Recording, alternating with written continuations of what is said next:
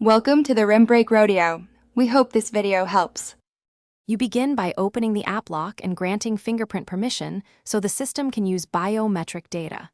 Select the apps you want protected and turn on fingerprint unlock. This ties biometric access to those app containers.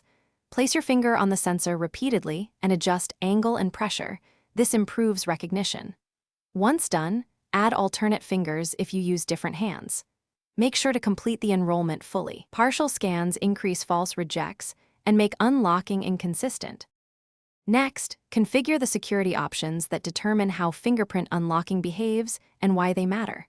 Set a strong fallback PIN or pattern in case biometrics fail.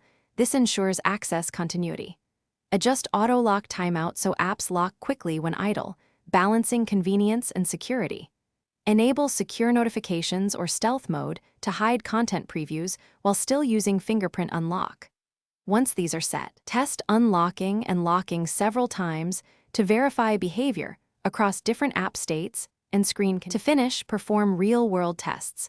Unlock apps with slightly different finger positions after washing hands and in varied lighting because sensors behave differently. If you encounter failures, first clean the sensor and your finger, then re-enroll the problematic finger. This fixes most issues. If problems persist, make sure App Lock has biometric permission and check for app or OS updates that might conflict.